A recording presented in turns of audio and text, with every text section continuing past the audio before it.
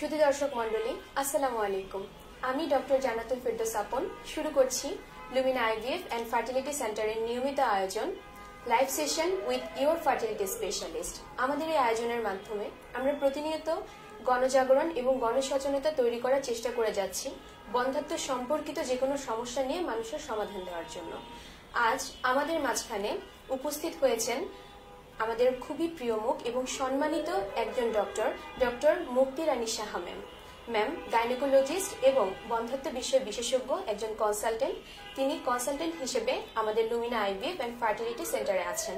আসসালামু আলাইকুম ম্যাম, কেমন আছেন আপনি? তুমি ভালো? আলহামদুলিল্লাহ ম্যাম, অনেক ভালো আছি ম্যাম।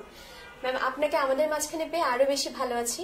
ম্যাম বন্ধ্যাত্ব নিয়ে আমাদের এই আজকের এই আলোচনার মধ্যে বন্ধ্যাত্ব এমন একটি সংক্রামক ব্যাধির মতো বিভিন্ন জায়গায় ছড়িয়ে আছে এবং মানুষ ভাবছে যে আগের যুগে এই সমস্যাটা এতটা ছিল না, এখন কেন বেশি। তো বন্ধ্যাত্বের এই যে সমস্যাটা তৈরি হচ্ছে, বন্ধ্যাত্ব শব্দের অর্থটা আসলে কি?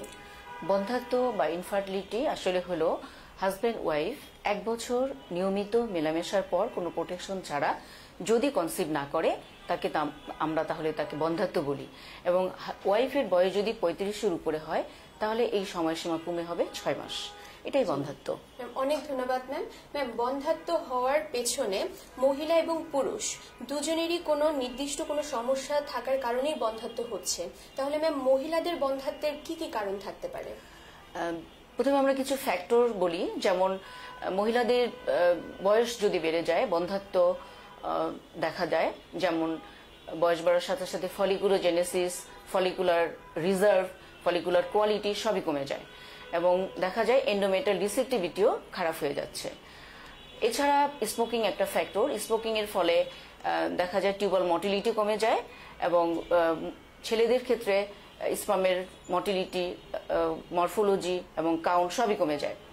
আর অবেসিটি আর একটা ফ্যাক্টর। অবেসিটির কারণে দেখা যায় যে মেনস্ট্রুয়াল অ্যাবনর্মালিটি ডেভেলপ করে এবং মিসক্যারেজের পরিমাণ বেড়ে যায় এবং আলটিমেটলি বন্ধ্যাত্ব। কিছু ড্রাগস যেমন রিসারপিন, বেটা ব্লকার, ক্যালসিয়াম চ্যানেল ব্লকার, ছেলেদের ক্ষেত্রে সালফাসালাজিন, এগুলো কিন্তু বন্ধ্যাত্বের একটা কারণ। স্মোকিং, অ্যালকোহল ইনটেক এগুলো। আর এনভায়রনমেন্টও একটা ফ্যাক্টর। এছাড়া কিছু স্ট্রেসফুল কন্ডিশন কারণেও বন্ধ্যাত্ব ডেভেলপ করে। ম্যাম অনেক ধন্যবাদ। ম্যাম আপনার এই আলোচনা থেকে ম্যাম একটা জিনিস কিন্তু আমরা বুঝতে পারলাম যে স্মোকিং একটা অনেক বড় ফ্যাক্টর এবং স্মোকিং যেটা পুরুষদের জন্য যতটা ইফেক্ট করছে মহিলাদেরকেও এটা ইফেক্ট করছে এবং মহিলারা স্মোকিং এর যে হারটা বর্তমানে আগে এই ধরনের কোনো সমস্যা ছিল না, এখন কিন্তু অনেক বেশি। সুতরাং প্রিয় দর্শক মন্ডলী, আপনাদের কাছে আপনারা কিন্তু এটা জানলেন যে স্মোকিং যেটা এটা পুরুষদের যতটা ক্ষতি করে মহিলাদেরকে কিন্তু করছে, বিশেষ করে বন্ধ্যাত্বর ক্ষেত্রে। ম্যাম তাহলে মহিলাদের এই ফ্যাক্টরগুলোতে আমরা জানতে পারলাম। ম্যাম মহিলাদের একটা খুব কমন সমস্যা নিয়ে আপনার কাছে পেশেন্ট আসে, লো এমএইচ। এমএইচ কথাটার মানে কি এবং লো এমএইচ এটা বয়সের সাথে সাথে কমে কিংবা বাড়ে, এটার কি সম্পর্ক? এমএইচ দিয়ে আমরা আসলে দেখি তার ওভারিয়ান রিজার্ভ কেমন আছে। যদি ওভারিয়ান রিজার্ভ ভালো থাকে তাহলে এমএইচ মোটামুটি নর্মাল লেভেলই থাকে। 2 থেকে 4 ন্যানোগ্রাম পার এমএল যদি আমরা পাই আমরা খুশি হয়ে যাই। কিন্তু যদি এর চেয়ে কমে যায় তাহলে দেখা যায় যে অনেক সময় ফলিকল আমরা ঠিকমতো পাচ্ছি না বা ফলিকল ডেভেলপ করলেও দেখা যায় ফলিকলের কোয়ালিটি ভালো না। তো লো এমএইচ ব্যাপারটা বিভিন্ন মেয়েদের ক্ষেত্রে বিভিন্ন রকম। অল্প বয়সেও দেখা যায় যে অনেক কমে গেছে, আবার একটু বেশি বয়সেও থাকে। এগুলো নির্ভর করে কিছু ফ্যাক্টরের উপরে। লো এমএইচ দিয়ে আমরা সাধারণত ওভারিয়ান রিজার্ভটাই বুঝতে চাই।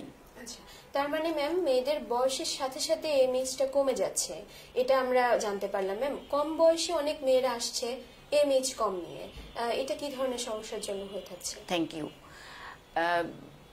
এমএইচ এর কমে যাওয়ার হারটা বিভিন্ন বয়সে নির্ভর করে কিছু ফ্যাক্টরের উপরে এবং এই হার বিভিন্ন জনের বিভিন্ন রকম। যেমন জেনেটিক কিছু ফ্যাক্টর থাকতে পারে। সেক্ষেত্রে হিস্ট্রি নিয়ে দেখা যায় যে ফ্যামিলিতে মেনোপজ আগেই হয়ে গেছে অথবা ইনফার্টিলিটির পেশেন্ট আছে। কিছু ডিজিজ যেমন এন্ডোমেট্রিওসিস কারণে এমএইচ দ্রুত কমে যায়। এছাড়া যদি ওই পেশেন্টের কোনো সার্জারি হয়, যেমন সিস্টের সার্জারি হতে পারে, এছাড়া রেডিওথেরাপি, কেমোথেরাপির হিস্ট্রি থাকে, তাহলেও কিন্তু এমএইচ কমে যায়। আর ইমিউনোলজিক্যাল কিছু ফ্যাক্টর এটার জন্য রেসপন্সিবল। ম্যাম অনেক ধন্যবাদ। তার মানে সার্জারি এবং যদি ক্যান্সারাস কোনো কন্ডিশন থাকে সেক্ষেত্রে কেমোথেরাপি, রেডিওথেরাপি এগুলো দেওয়ার কারণেও এমএইচটা কমে যাচ্ছে বর্তমানে। আচ্ছা ম্যাম, ম্যাম অনেক ধন্যবাদ। ম্যাম আপনার এই কথাটা থেকে ম্যাম সিস্টের যে কথাটা, যে সার্জারি হয় সিস্টেকটমি যেটা, তো এই যে অপারেশনটার কারণে এমএইচ কমে যাচ্ছে ম্যাম, একটা রোগ আছে যেটার নাম পলিসিস্টিক ওভারি। তো এটাকে অনেকেই প্রশ্ন করেন যে পলিসিস্টিক ওভারি মানে কি অনেকগুলো সিস্ট ওনার ওভারিতে, নাকি এটার শব্দটার আসলে অর্থটা কি? পলিসিস্টিক ওভারি আসলে একটা মেটাবলিক এবং এন্ডোক্রাইন ডিজঅর্ডার। এখানে ওভারিতে ছোট ছোট সিস্ট পাই আমরা। তার মানে এইটা হয়ে গেছে বলেই জীবন শেষ বা আমার অনেক কিছু হয়ে গেছে এটা না, এটা একটা কন্ডিশন। আমরা যদি নিয়ন্ত্রণে রাখি বা আমরা যদি আমাদের লাইফস্টাইল মেনটেন করে চলি, তাহলে পলিসিস্টিক ওভারির কারণে যে সমস্যাগুলো হয় সেগুলোকে দূরীভূত করা সম্ভব এবং বন্ধ্যাত্ব থেকে লাঘব পাওয়া সম্ভব। জি ম্যাম অনেক ধন্যবাদ। ম্যাম আমাদের কাছে ইতিমধ্যে কিছু প্রশ্ন চলে এসেছে। ম্যাম প্রশ্ন করেছেন জান্নাতুন নাইম, তিনি প্রশ্ন করলেন যে তার পিসিওএস এর সমস্যা, তার এএমএইচ 9.64 এবং তার হাজবেন্ডের অ্যাস্থেনোজোস্পার্মিয়া, তাহলে তার কি ধরনের ট্রিটমেন্ট নিতে হবে? এখানে কিন্তু আসলে দুইটা factor, both husband and wife. MH অনেক বেশি, পলিসিস্টিক ওভারিয়ান সিনড্রোম। আমরা অবশ্যই এই পেশেন্টকে লাইফস্টাইল মডিফিকেশনটা আগে বলবো। যেমন অবেসিটি থাকলে অবশ্যই তিনি অবেসিটি কমাবেন এবং বিএমআই রাখবেন 19 থেকে 25-এর মধ্যে। এবং এক্ষেত্রে কিছু খাদ্যাভ্যাস যেমন কার্বোহাইড্রেট, ফ্যাট রিডিউস করবেন, প্রোটিন রিচ ডায়েট খাবেন, এক্সারসাইজ করবেন ঠিক মতো, এবং তাহলে দেখা যাবে যে 80% ক্ষেত্রেই তার ওভুলেশন ঠিক মতো হচ্ছে, মেনস্ট্রুয়াল অ্যাবনর্মালিটিটা কমে আসছে এবং প্রেগনেন্সিও হবে। এছাড়া মিসক্যারেজের পরিমাণও কমে যাবে। আর কিছু ড্রাগ আমরা দিয়ে থাকি, যেহেতু এমএইচ অনেক বেশি, এমএইচটাকে কমাতে হবে। না হলে দেখা যাবে যে আমরা ঠিকমতো, আমরা প্র্যাকটিক্যালি যখন দেখি যে এমএইচ অনেক বেশি, ঠিকমতো গ্রো করছে না, তো এমএইচ কমিয়ে নিতে হবে, তাহলে তার ফলিকলের গ্রোথ ভালো হবে। এবং এক্ষেত্রে উনি ওনার করসপন্ডিং ডক্টরের সাথে অবশ্যই আলোচনা করে নেবেন। আর হাজবেন্ডের অ্যাস্থেনোজোস্পার্মিয়া, হাজবেন্ডেরও দেখতে হবে কোনো কারণ আছে কিনা। যেমন কিছু ফ্যাক্টরের কথা আমি আগেই আলোচনা করলাম, এই ফ্যাক্টরগুলো থাকলে তাকে দূর করতে হবে। এবং আরো কিছু হাজবেন্ডের ক্ষেত্রে যেমন hot environment, hot bath, tight undergarments, এগুলাকে রিডিউস করতে হবে। তাহলে আর কিছু ড্রাগস আমরা দিয়ে থাকি, যেমন মাল্টিভিটামিন, মিনারেল, কোএনজাইম Q10, এগুলো খেলেও স্পামের কোয়ালিটিটা অনেক ইমপ্রুভ করে। এবং উনি অবশ্যই ওনার করসপন্ডিং ডক্টরের সাথে আলোচনা করে নেবেন।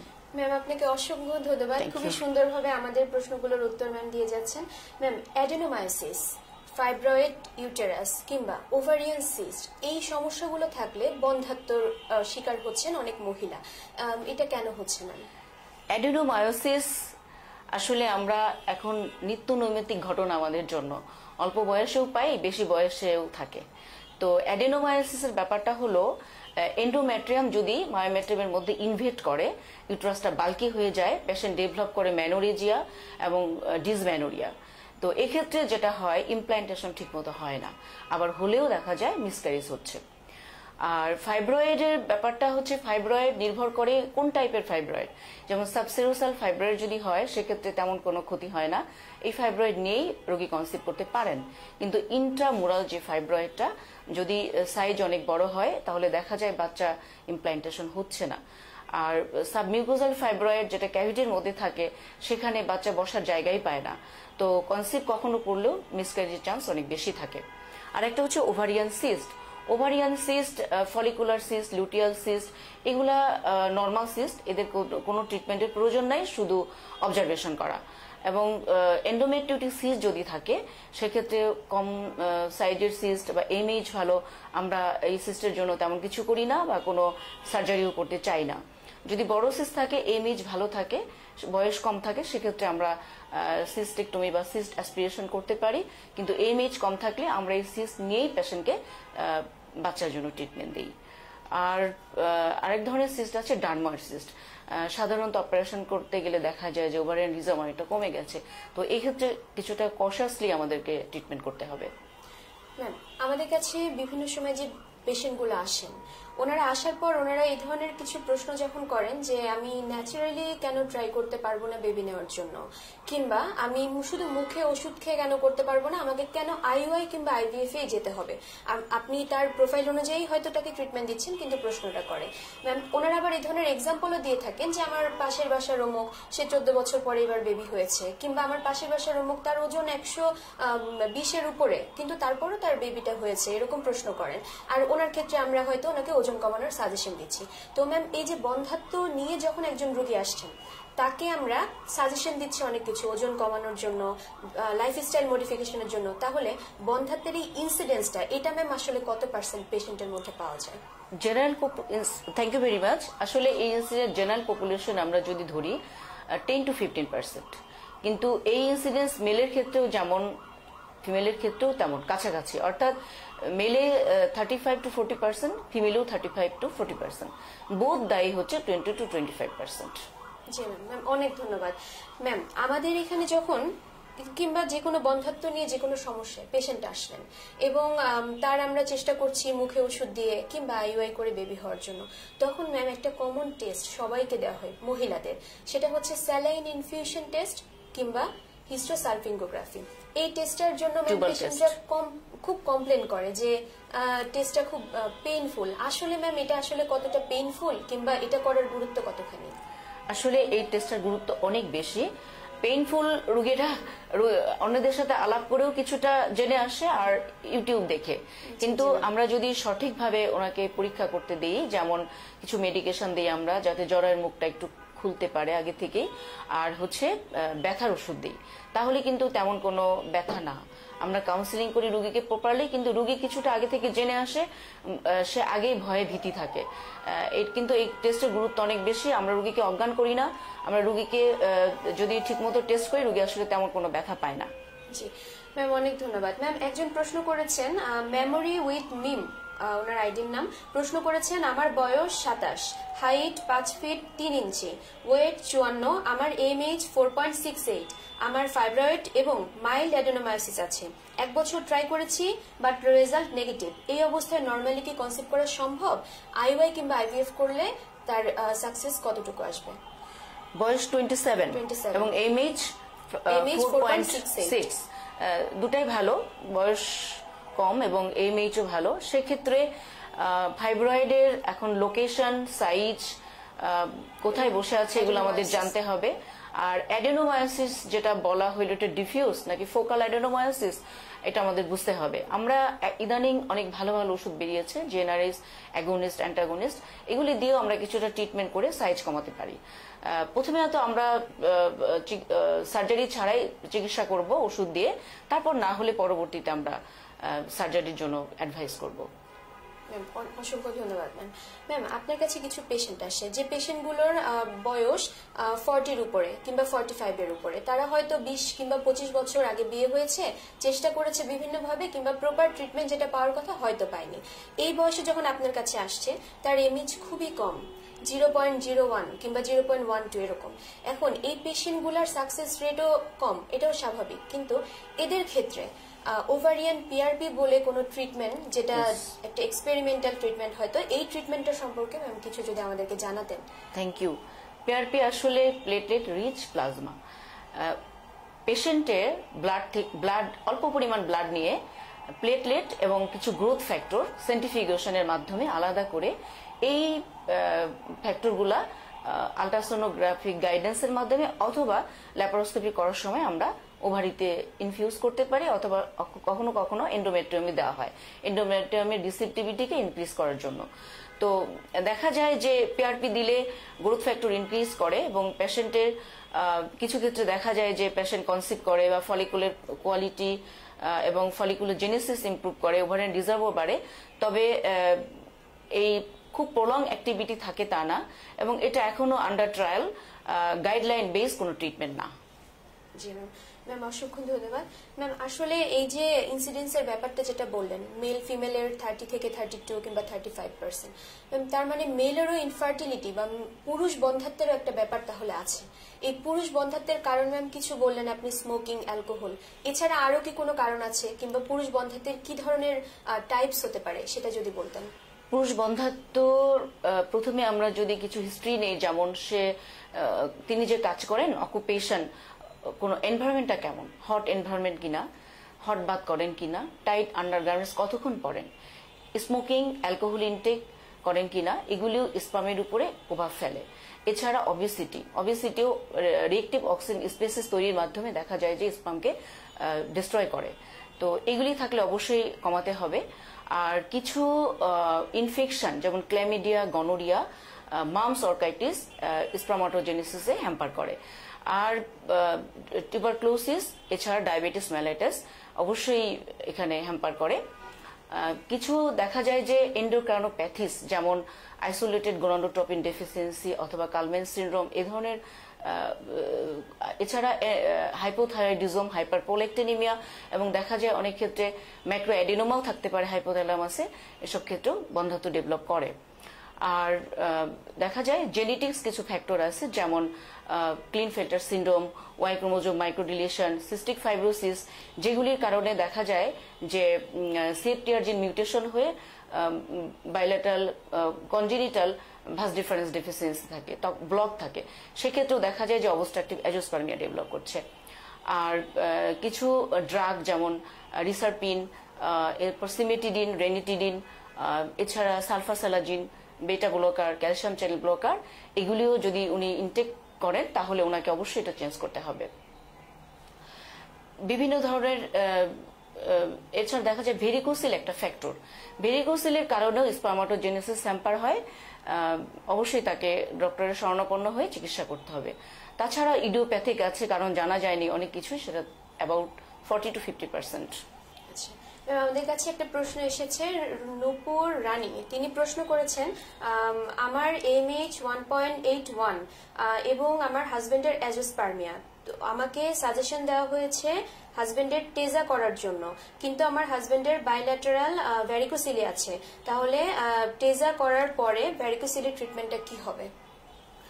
আসলে ভ্যারিকোসিল গ্রেডিং আছে, যদি গ্রেড 1 থাকে তেমন কোনো ট্রিটমেন্ট প্রয়োজন হয় না, আর গ্রেড 2, 3-তে অবশ্যই ট্রিটমেন্ট লাগবে। এবং অনেক সময় এক্ষেত্রে স্পার্ম অ্যাজিওস্পার্মিয়া এক্ষেত্রে টেজা করে স্পার্ম ভ্যারিকোসিলি ট্রিটমেন্ট অবশ্যই করা জরুরি, না হলে স্পার্মের মানে স্পার্মাটোজেনেসিসে হ্যাম্পার হবে। আমার মনে হয় আগে ভ্যারিকোসিলি ট্রিটমেন্ট করা উচিত, তারপর কিছু ওষুধপত্র খেলে স্পার্মাটোজেনেসিস নরমাল হয়ে যেতে পারে। নূপুর রানী, আপনি হয়তো আপনার আকাঙ্ক্ষিত উত্তরটি পেয়ে গেছেন। ম্যাম, মেল ইনফার্টিলিটি যেটা নিয়ে আপনি আলোচনা করলেন, বিভিন্ন টার্ম আছে, যেমন অ্যাস্থেনোজিওস্পার্মিয়া, অলিগোজিওস্পার্মিয়া, টেরাটোজিওস্পার্মিয়া, এই টার্মগুলো যদি একটু আমাদেরকে বিস্তারিত বলতেন। অ্যাস্থেনোজিওস্পার্মিয়া হচ্ছে স্পার্ম মোটিলিটি কম। মোটিলিটি বিভিন্ন কারণে কমে যেতে পারে, যেমন anti sperm antibody, immunological factor, testicular trauma, torsion, এছাড়া বিভিন্ন ইনফেকশন, এন্ডোক্রাইনোপ্যাথি, এগুলির কারণে। আর অলিগোজিওস্পার্মিয়া মানে হচ্ছে কাউন্ট কম, যদি লেস দেন 15 মিলিয়ন পার ml হয় তখন আমরা অলিগোজিওস্পার্মিয়া বলি, এবং অনেক বেশি কমে গেলে সিভিয়ার অলিগোজিওস্পার্মিয়া। এর কারণ হিসাবেও দেখা যায় জেনেটিক কিছু অ্যাবনর্মালিটি আছে, এছাড়া এন্ডোক্রাইনোপ্যাথিস, অবস্ট্রাকটিভ ডিজঅর্ডার, যেমন ভাস ডিফারেন্সে কোনো আইট্রোজেনিক কারণে বন্ধ হয়ে গেল, বা congenitally bilateral absence of vas deferens হলো, তাহলেও কিন্তু অ্যাজিওস্পার্মিয়া ডেভেলপ করতে পারে এবং সিভিয়ার অলিগোজিওস্পার্মিয়া হতে পারে। আর ট্রায়াটোজিওস্পার্মিয়া মিনস মরফোলজিক্যাল অ্যাবনর্মালিটি, এক্ষেত্রেও দেখা যায় পেশেন্টের অনেক সময় জেনেটিক অ্যাবনর্মালিটি থাকতে পারে, এন্ডোক্রাইনোপ্যাথিস এবং বিভিন্ন আইট্রোজেনিক কজেও দেখা যায় যে মরফোলজিক্যাল অ্যাবনর্মালিটি ডেভেলপ করছে পেশেন্টের। আপনাকে অসংখ্য ধন্যবাদ। ম্যাম, তুহিনা তাবাসসুম, তিনি প্রশ্ন করেছেন, 3 বছর ধরে আপ্রাণ চেষ্টা, HCG 5000 ইনজেকশন নেওয়ার পরও কনসিভ হচ্ছে না, এখন কি করব, প্লিজ বলবেন। তাবাসসুমের কোনো প্রোটোকল আমরা বা কোনো প্রোফাইল আমরা জানি না, শুধু 5000 ইনজেকশন নিলে হবে না, বিভিন্ন কিছু যেমন বয়স, MH কতখানি আছে, অন্যান্য ফ্যাক্টর কিরকম, হাজবেন্ডের ফ্যাক্টর কিরকম, এগুলোর উপর কিন্তু ট্রিটমেন্ট নির্ভর করে। আমরা আসলে প্রথম থেকে কিছু ইভালুয়েশন দরকার এই পেশেন্টের জন্য, তারপরে আমরা স্টেপ বাই স্টেপ ট্রিটমেন্ট করব। ম্যাম, আমরা একটু আগের আলোচনা যেটা আপনি প্রথমেই করে ফেলেছেন, এএমএইচ, এই এএমএইচটা যদি খুব বেশি থাকে তাহলে আমরা কি বলে ফেলি যে পিসিওএস রোগীদের বেশি থাকে, আর যদি আবার কম থাকে তাহলে বলি ডিমিনিশড ওভারিয়ান রিজার্ভ। এখন ম্যাম আমার প্রশ্ন হচ্ছে, এটা আমার নিজের প্রশ্ন আপনার কাছে, ম্যাম আমরা পিসিওএস এর পেশেন্টদের জন্য ডায়াবেটিকের ওষুধ সবসময় সাজেস্ট করে থাকি, কমেট কিংবা এগুলা দিয়ে, এটার কেন? কিংবা পিসিওএস এর পেশেন্টকে এক্সারসাইজটা আমরা সাজেস্ট করে থাকি। পিসিওএস এর পেশেন্টের আসলে থ্যাংক ইউ, খুব ভালো একটা কোশ্চেনের জন্য। পিসিওএস এর পেশেন্টের ইনসুলিন রেজিস্ট্যান্স থাকে।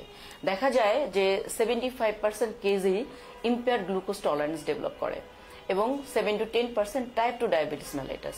তো এই ক্ষেত্রে আর ইনসুলিন রেজিস্ট্যান্স যদি হয়, অ্যান্ড্রোজেনের পরিমাণ বেড়ে যায়। অ্যান্ড্রোজেন বেড়ে গেলে অ্যানোভুলেশন হয় এবং পেশেন্টের হার্সুটিজম ডেভেলপ করে, একনি, অ্যালোপেশিয়া এগুলো হতে পারে।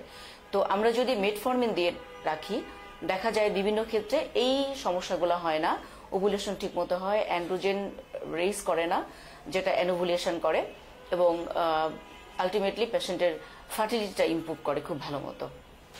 অনেক ধন্যবাদ ম্যাম। আমাদেরকে একজন প্রশ্ন করেছেন, নীলামন। ম্যাম, আমার বয়স 32 এবং আমার চকলেট সিস্ট আছে। আমার বিয়ে 11 বছর চলে। আমি কি বাচ্চা কনসিভ করতে পারবো নাকি আমি অনেক ট্রাই করেছি এখনো হয়নি? হ্যাঁ নীলা, হতাশ হওয়ার কিছু নাই, কারণ চকলেট সিস্ট থাকলেই বাচ্চা হবে না তা কিন্তু না। চকলেটের সাইজ কেমন, আপনার এমএইচ কেমন, এগুলোর উপর নির্ভর করবে, হাজবেন্ডের কোনো ফ্যাক্টর আছে কিনা, সবকিছুর উপরেই নির্ভর করবে আপনার ফার্টিলিটি। ম্যাম অসংখ্য ধন্যবাদ। ম্যাম, পেশেন্টরা যখন আসেন তখন আমরা কখন পেশেন্টকে আইইউআই সাজেস্ট করব, এবং আইইউআই আসলে কি? আইইউআই হলো হাজবেন্ডের শুক্রাণুকে প্রিপারেশন করে আমরা সার্ভিক্সকে ওভারকাম করে জরায়ুর ভিতরে শুক্রাণুটাকে দিয়ে আসা, এবং এটা ওভামের কাছাকাছি যাতে শুক্রাণু খুব সহজে ওভামকে ধরতে পারে। আইইউআই আমরা প্রথমেই পেশেন্টকে আইইউআই সাজেস্ট করি না, বিভিন্ন কারণে করে থাকি, যেমন ক্রনিক সার্ভিসের কোনো প্রবলেম তখন করি, অথবা দেখা গেল এন্ডোমেট্রিওসিসের পেশেন্ট টাইপ 1 এন্ড টাইপ 2 প্রথম দিকে ওভুলেশন ইন্ডাকশন দেবার পরে কনসিভ করলো না, তখন আমরা বলি। এছাড়া পিসিওএস এর পেশেন্ট বিভিন্ন ওরাল ড্রাগ ইনজেক্টেবল দেওয়ার পরেও হচ্ছে না, তখন আইইউআই। আর হাজবেন্ডের ক্ষেত্রে যেমন অ্যাস্থেনোজোস্পার্মিয়া, অলিগোজোস্পার্মিয়া, এছাড়া মরফোলজিতে কোনো প্রবলেম, সেক্ষেত্রেও কিন্তু আমরা আইইউআই সাজেস্ট করে থাকি। তাহলে অ্যাজোস্পার্মিয়ার কোনো পেশেন্টকে আমরা কখনো আইইউআই কি করতে পারবো? অ্যাজোস্পার্মিয়ার পেশেন্টে তো আমরা সরাসরি কোনো স্পাম পাচ্ছি না, তাহলে সেক্ষেত্রে আমাদের জন্য কি হতে পারে? এআরটি, আইভিএফ আমরা সাজেস্ট করি তখন। আচ্ছা ম্যাম, কোন পেশেন্টের যদি ডিমিনিশড ওভারিয়ান রিজার্ভ থাকে এবং হাজবেন্ডের অ্যাজোস্পার্মিয়া, সেক্ষেত্রে ট্রিটমেন্টটা কেমন হবে? ডিমিনিশড ওভারিয়ান রিজার্ভ এবং হাজবেন্ডের অ্যাজোস্পার্মিয়া, এই ক্ষেত্রে আগে পেশেন্টকে আমাদেরকে কিছুটা লাইফস্টাইল চেঞ্জ করতে হবে, কোনো ফ্যাক্টর আছে কিনা দেখতে হবে, এবং একটু আগে পিআরপির কথা বলা হলো, প্রয়োজন হলে পিআরপি দিতে হবে। ওভারিয়ান রিজার্ভের ইমপ্রুভমেন্টের জন্য কিছু ভিটামিন, মিনারেল এবং ডিহাইড্রোপি অ্যান্ডোস্টেরন আমরা সাজেস্ট করি। এই ধরনের ড্রাগ দিলে অনেকটা ইমপ্রুভ হয় অনেক ক্ষেত্রে। আর পেশেন্টের এক্সারসাইজ, খাদ্যাভ্যাস চেঞ্জ করতে হবে, লাইফস্টাইল মডিফিকেশন এবং স্ট্রেসফুল কন্ডিশনকে দূরীভূত করতে হবে, তাহলে দেখা যাবে ফলিকুলোজেনেসিস অনেক ইমপ্রুভমেন্ট হয়েছে। আর হাজবেন্ডের অ্যাজোস্পার্মিয়া যেহেতু আছে, আমরা স্পার্ম রিট্রাইভাল টেকনিকে স্পার্ম নিয়ে যদি ভালো স্পার্ম পাই তাহলে আইভিএফ তো করতেই পারি। ম্যাম আপনাকে অসংখ্য ধন্যবাদ। ম্যাম, আইভিএফ যে ট্রিটমেন্টটা করা হয়, অনেকেই এই ধরনের প্রশ্ন করেন, কারণ সবার নলেজ কিংবা সবাই হয়তো আগে থেকে জানতে পারেন না। বলেন যে আইভিএফ মানে যেটা করব এটা টেস্ট টিউবে বেবিটা হবে, তো আসলে আইভিএফ মানে কি, এবং এটা কি টেস্ট টিউবে বেবিটা বড় হয়? না, এটা আসলে একটু বুঝতে হবে ইনভিট্রো ফার্টিলাইজেশন। এটা প্রক্রিয়াটা হয় আসলে বাইরে, অর্থাৎ আমরা প্রথমে কিছু ইনজেকশন দিয়ে একটু বেশি পরিমাণে ফলিকুলোজেনেসিস করি, যেটা অপটিমাম সাইজে আসার পরে আমরা ওভাম রিট্রাইভ করি, এবং এই ওভামকে পেটি ডিশের মধ্যে মিডিয়ার মধ্যে রাখা হয়, এবং হাজবেন্ডের স্পামকে নিয়ে প্রিপারেশন করে এই পেটি ডিশে ইনকিউবেটরের মধ্যে ফার্টিলাইজেশন করানো হয়। তারপর যখন ক্লিভেজ স্টেজ অথবা ব্লাস্টোসিস স্টেজ আসে, কোয়ালিটি অনুযায়ী আমরা তখন মায়ের মাতৃগর্ভে এটাকে ট্রান্সফার করি, তো এই ভ্রূণকে, এটাই হচ্ছে আইভিএফ। ম্যাম অসংখ্য ধন্যবাদ। ম্যাম উম্মে সানজিদা তিনি জানতে চেয়েছেন, আমার বিয়ে হয়েছে 7 বছর, পরপর 3বার অ্যাবর্শন হয়ে গেছে, এখন কি করব? উম্মে সানজিদা, আসলে অ্যাবর্শনের কারণ কি আমাদের আগে জানতে হবে, এবং যদি কোনো প্রিডিসপোজিং ফ্যাক্টর থাকে সেগুলাকে দূরীভূত করতে হবে এবং প্রপার ট্রিটমেন্ট নেবার পরে বাচ্চা নিতে হবে। আপনাকে অবশ্যই আপনার ডক্টরের সাথে আলোচনা করতে হবে, তারপর আপনি বাচ্চা নেবেন। ম্যাম একই ধরনের আরেকটি প্রশ্ন এসেছে, তাহমিনা আক্তার তিনি বলেছেন, আমার পরপর 4টি বাচ্চা 3 থেকে 4 মাসে মিসক্যারেজ হয়ে গিয়েছে। হ্যাঁ, এখন কারণ প্রিডিসপোজিং ফ্যাক্টরটা অবশ্যই জানতে হবে।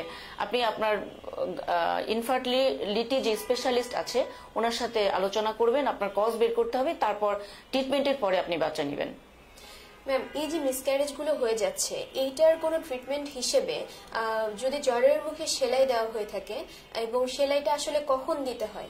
আমরা আসলে সেলাইটা সব অ্যাবর্শনে দেই না, যেমন মিড ট্রাইমেস্টার অ্যাবর্শন যদি হয় তখন আমরা দিই, এবং এটা সাধারণত 9 থেকে 12 সপ্তাহের মধ্যেই দেওয়া হয় জ্বরের মুখে যে আমরা সেলাইটা দিই। জি ম্যাম, থ্যাংক ইউ।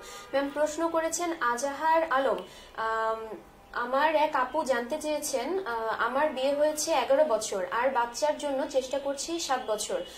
আমার ওয়াইফের ওভারিতে সিস্ট আছে, এন্ডোমেট্রিওসিসের প্রবলেম আছে, এবং আমার হাজবেন্ডের শুক্রাণু কাউন্ট একটু কম।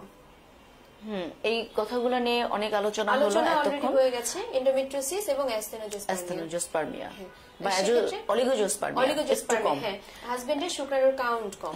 এন্ডোমেট্রিওসিসের চিকিৎসা হিসেবে ওভারিয়ান রিজার্ভ কমে যেতে পারে, তো আমরা ওভারিয়ান রিজার্ভ বাড়ানোর জন্য যে কথাগুলো বললাম, ডিহাইড্রোপিয়ান্ড্রোস্টোন দিতে পারি, লাইফস্টাইল মডিফিকেশন করতে পারি, এবং কিছু মাইক্রোভিটামিন মিনারেলস এগুলোর মাধ্যমে আমরা চেষ্টা করব স্ট্রেসফুল কন্ডিশনকে কমাবো, এবং obesity, lifestyle modification, proper exercise এগুলো খাবো, সবুজ শাকসবজি খাবো, তাহলে দেখা যাবে অনেক সময় ফলিকুলোজেনেসিস বেড়ে গেছে। আর অলিগোজোস্পার্মিয়ার যে কজগুলা সেগুলাকে দূরীভূত করে কিছু ওষুধ ড্রাগস আমরা দেই, এবং এরপরে আমরা বাচ্চার জন্য ট্রাই করতে পারি। জি ম্যাম, অসংখ্য ধন্যবাদ। আমাদের কাছে আসলে অনেক প্রশ্ন আসছে, সব প্রশ্ন আসলে পড়া সম্ভব হচ্ছে না। তারপরে একজন প্রশ্ন করেছেন, জাহাঙ্গীর, এমডি জাহাঙ্গীর, আমার ওয়াইফের 2টি টিউবি ব্লক, এখন কি অনেক বড় সমস্যা ম্যাডাম? 2টি টিউব ব্লক ক্ষেত্রে আমরা ল্যাপারোস্কোপি করতে পারি এবং ক্রোমোপার্টিবিউশনের মাধ্যমে চেষ্টা করতে পারি ব্লক খোলা যায় কিনা। যদি খোলা যায় তাহলে তো আমরা নর্মাল ওয়েতে ট্রাই করতে পারি, আর যদি নাই খোলা যায় তখন তো আমাদের এআরটি ছাড়ার কোনো উপায় রইল না। জি ম্যাম, অসংখ্য ধন্যবাদ। ম্যাম অলরেডি আপনি বলে ফেলেছেন মেয়েদের ডিমের কোয়ালিটির সম্বন্ধে, এটা কেমন থাকে আমাদের প্রশ্ন করেছেন, তারপরে জিজ্ঞেস আমরা প্রশ্নটা পড়ছি। আখিমণি, মেয়েদের বয়স কত পর্যন্ত ডিম্বাণুর কোয়ালিটি ভালো থাকে? আসলে থ্যাংক ইউ, খুব একটা ইম্পর্টেন্ট প্রশ্ন এটা। যেমন সবচেয়ে হাইয়েস্ট ফার্টিলিটি রেট হচ্ছে 20 to 24 ইয়ার্স, 20 থেকে 24 বছর বয়স। এরপরে ডিমের পরিমাণ কিন্তু কমতে থাকে, ফার্টিলিটি কমতে থাকে। যেমন 25 থেকে 29-এ কমতে থাকে 5 to 10%, 30 থেকে 34-এ কমতে থাকে 15 to 20%, 35 এর পরে আরো অনেক বেশি কমে যায়। এজন্য আমাদের সময় মতো সবকিছু চিন্তা করাই উচিত। জি ম্যাম, অসংখ্য ধন্যবাদ। ম্যাম আমাদেরকে প্রশ্ন করেছেন এমডি রানা, আমার হাইড্রোসিল হয়েছিল, একজন ডাক্তার দেখিয়েছি, উনি বলেছেন যে আমার শুক্রাণুর কাউন্ট কম, এমতো অবস্থায় আমি কি করতে পারি? হাইড্রোসিল, আপনি হাইড্রোসিলের ট্রিটমেন্ট আগে করবেন, এবং আপনি অবশ্যই একজন ইনফার্টিলিটি স্পেশালিস্টকে দেখাবেন। সাইমালটেনিয়াসলি আপনার 2 ধরনের চিকিৎসাই চলবে, হাইড্রোসিল চিকিৎসা করে আসার পর আপনার ফার্টিলিটি চিকিৎসা করা হবে। জি ম্যাম, অসংখ্য ধন্যবাদ। ম্যাম হোসেন এস, উনি প্রশ্ন করেছেন, ম্যাম আমার বয়স 22, ওজন 56, পিসিও আছে, পিরিয়ড অনিয়মিত, ওষুধ খেলে পিরিয়ড হয়, ওষুধ না খেলে পিরিয়ড হয় না। হ্যাঁ, এখন পিসিওএস এর বাচ্চা চায় না, শুধু পিরিয়ডের ব্যাপার। আচ্ছা হোসেন এস, আপনি কি বাচ্চা চাচ্ছেন কিনা এটা একটু আমাদেরকে জানাবেন। আপনি আপনার সমস্যাটা লিখেছেন, কিন্তু আর কিছু বলেন। যদি পিরিয়ডের ব্যাপারটাই থাকে পিসিওএস এর ক্ষেত্রে, আমি একটু আগে বললাম যে অবেসিটি একটা ফ্যাক্টর, তাকে অবশ্যই অবেসিটি রিডিউস করতে হবে, এবং যদি কেউ 5 to 10% অবেসিটি রিডিউস করে তাহলে 80% ক্ষেত্রেই দেখা যায় তার মেনস্ট্রুয়েশন ঠিক মতো হচ্ছে এবং তার ওভুলেশন ঠিক মতো হয়, এবং 60% ক্ষেত্রে সে প্রেগনেন্সি হতে পারে, প্রেগনেন্ট হতে পারে, এবং তার মিসক্যারেজের রেটও কমে যায়। আর এর জন্য লাইফস্টাইল মডিফিকেশন খুব ইম্পর্টেন্ট, এবং তিনি ইনসুলিন সেন্সিটিভিটি রেজিস্ট্যান্ট নিয়ে অনেক কথা হলো, যে আমরা মেটফর্মিন নিতে পারি, মায়োনোসিটল নিতে পারি, জিঙ্ক, ফোলিক অ্যাসিড এই ধরনের ওষুধ নিলে অনেক সময় দেখা যায় পিসিওএস এর অনেক ইমপ্রুভমেন্ট হচ্ছে। ম্যাম খুবই সুন্দরভাবে আলোচনাটা ম্যাম করলেন, খুবই সুন্দর লাগছে ম্যাম। আর আপনার সাথে এই আলোচনায় অংশগ্রহণ করতে পেরে আমার খুবই ভালো লাগছে। ম্যাম, প্রেগনেন্সির যে সময়টাতে, প্রেগনেন্সির সময়ে আমরা তো ইনফার্টিলিটি নিয়েই কথা বলছি, বাট যখন সে কনসিভ করে ফেললো, কনসিভ করা অবস্থায় অনেক রোগী এরকম ফিমেল পেশেন্ট থাকে, তাদের থাইরয়েড কন্ট্রোলে নাই, তাদের ডায়াবেটিস কন্ট্রোলে নাই, তখন প্রেগনেন্সিকে এটা কতটা ইফেক্ট করে? এটা থ্যাংক ইউ ভেরি মাচ, এটা একটা প্র্যাকটিক্যাল কোশ্চেন। আসলে প্রতিটা রোগীরই উচিত প্রি প্রেগনেন্সি ইভ্যালুয়েশন কন্ট্রোল করে বাচ্চা নেওয়া। যদি কন্ট্রোল না হয়, এর মধ্যে কনসিভ করে ফেলে, তাহলে কিন্তু এর প্রভাব অনেকটাই পড়ে। যেমন যদি হাইপোথাইরয়েডিজম থাকে, আমাদের মানসিক প্রতিবন্ধী হওয়ার চান্স অনেক বেশি থাকে, কাজে দ্রুত এটা কন্ট্রোল করা উচিত। এবং ডায়াবেটিস নিয়ন্ত্রণে রাখা তো খুবই দরকার, না হলে দেখা যায় কনজেনিটাল অ্যানোমালি ডেভেলপ করতে পারে, এছাড়া যে কোনো সময় বাচ্চা পেটের মধ্যে মরে যেতে পারে। কাজে এই জিনিসগুলা পেশেন্টদেরকে প্রথম থেকে আলোকপাত করা উচিত যে প্রেগনেন্সি নেবার আগেই both husband and wife proper evaluation খুবই প্রয়োজন। তার মানে ম্যাডাম, এই যে প্রেগনেন্সির ক্ষেত্রে শুধু ওয়াইফকেই যেগুলো কন্ট্রোলে রাখতে হবে তা নয়, হাজবেন্ডকেও এটার মধ্যে কন্ট্রোলের মধ্যে থাকতে হবে, হাজবেন্ডকেও। আচ্ছা ম্যাম, আপনি অনেকক্ষণ ধরে অনেক বিস্তারিত আলোচনা ম্যাম আপনি করছেন, আপনাকে অসংখ্য ধন্যবাদ। ম্যাম, এই যে একটা সমস্যা যে হাইড্রোসিল এবং ভ্যারিকোসিল, এই ট্রিটমেন্ট, এটা যে একটা সার্জারির প্রসেস কিংবা এটা কি ওষুধে কি ঠিক হয় কিনা, এটা কি কোনো হাইড্রোসিল অপারেশন করতে হয়, ভেরিকোসিলের গ্রেডিং এর উপর নির্ভর করে। ভেরিকোসিলে আসলে হচ্ছে toxicity and dilatation of the pampiniform plexus of the spermatic vein হয়, যে কারণে দেখা যায় যে ভাস্কুলার ফ্লোটা অনেক বেড়ে যায়, স্ট্রেসিস হয় এবং টক্সিনটা ডিলে রিলিজ করে। তো এক্ষেত্রে স্পারমাটোজেনেসিসে প্রচুর হ্যাম্পার করে। তো অবশ্যই গ্রেড 3-4 এর ক্ষেত্রে ট্রিটমেন্ট খুবই ম্যান্ডেটরি এবং ইউরোলজিস্টের সাথে আলোচনা করা খুবই প্রয়োজন। জি ম্যাম, ম্যাম অসংখ্য ধন্যবাদ। ম্যাম, ইদানিং কালে খুবই এই ধরনের পেশেন্ট খুব বেশি আসে যারা হচ্ছে টিউবটাকে লাইগেশন করে ফেলেছিল আগে, এবং তারা এটা এখন খুলতে চাচ্ছেন।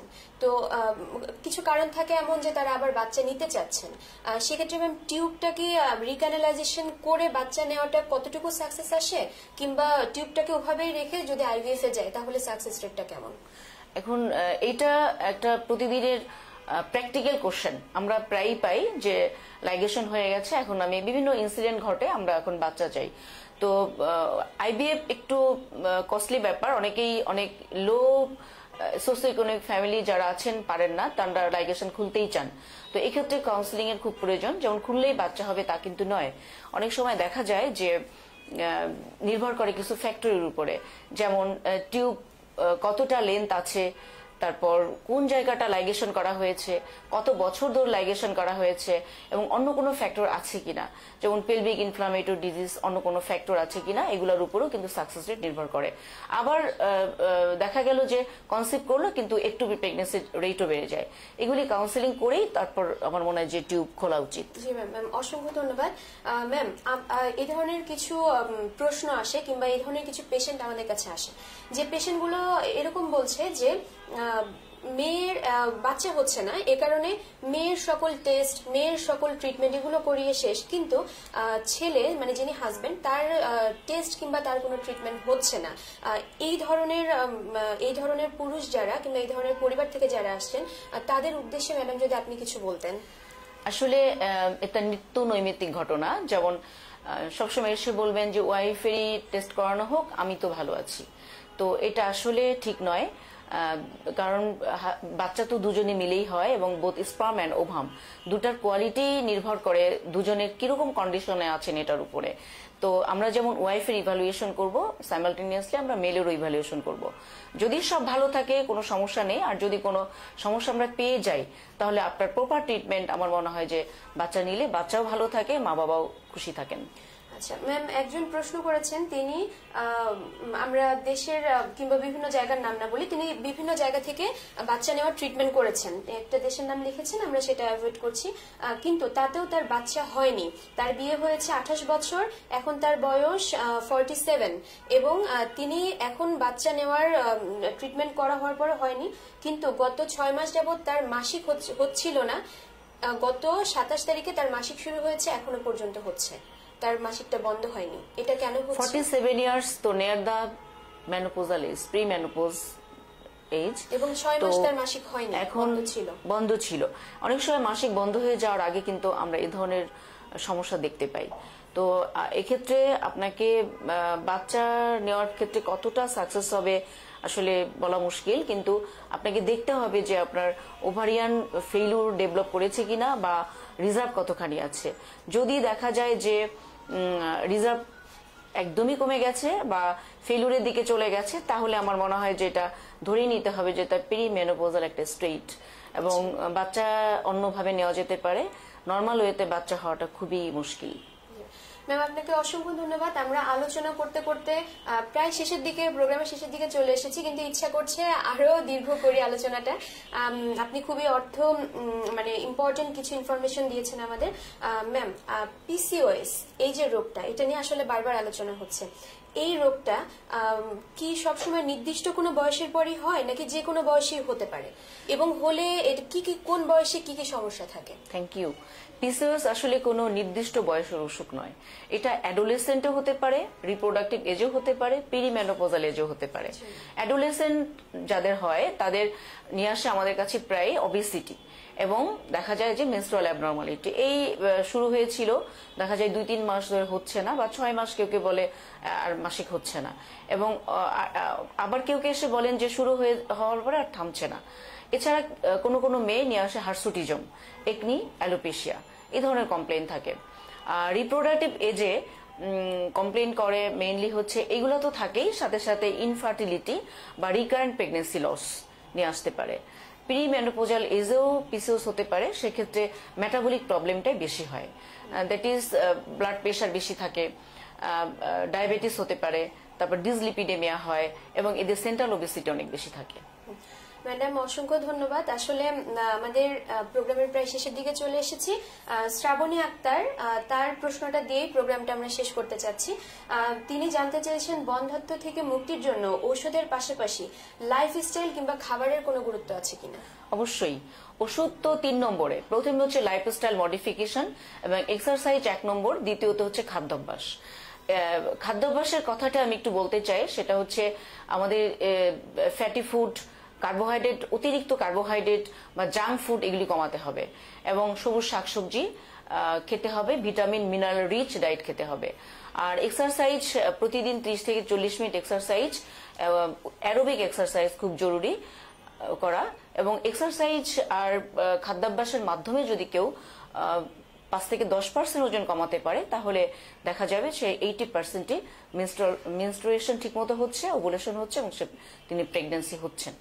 ম্যাম, আপনাকে অসংখ্য ধন্যবাদ। ম্যাম, আপনি যদি আমাদের মূল্যবান দর্শক মন্ডলীর উদ্দেশ্যে অনুষ্ঠানের শেষে যদি কিছু বলতেন। আসলে ইনফার্টিলিটি কোনো চিন্তার বিষয় না। অনেকে বন্ধ্যাত্ব নিয়ে খুব বেশি চিন্তিত, এটাও একটা স্ট্রেসফুল কারণ হয়ে দাঁড়ায় তাদের জন্য।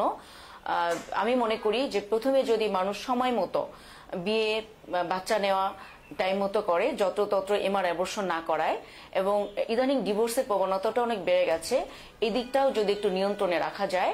তাছাড়া মানুষ ইদানিং চায় ক্যারিয়ার ডেভেলপমেন্ট, এবং বিদেশে যাওয়ার প্রবণতাটা অনেক বেশি। এগুলি যদি একটু কমানো যায়, এবং তাদের মনে রাখা উচিত যে ক্যারিয়ার বা বিদেশে যাওয়া, বাচ্চা হওয়ার জন্য, বাচ্চা হলে এগুলি কোনো প্রতিবন্ধকতা নয়। তো সবাইকেই আমার মনে হয় যে সময় মতো যদি চেষ্টা করে বা ডাক্তারের পরামর্শ অনুযায়ী চলে, তাহলে বন্ধ্যাত্ব থেকে মুক্তি পাওয়া অবশ্যই সম্ভব।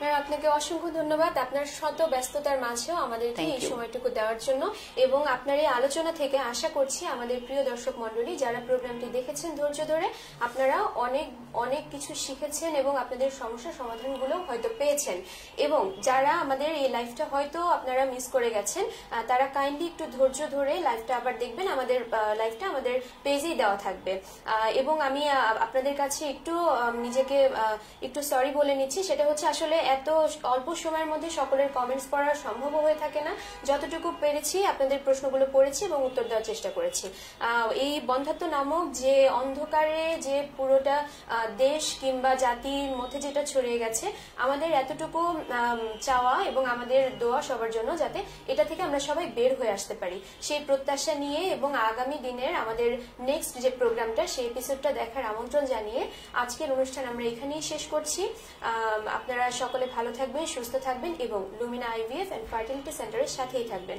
আসসালামু আলাইকুম ধন্যবাদ সবাইকে।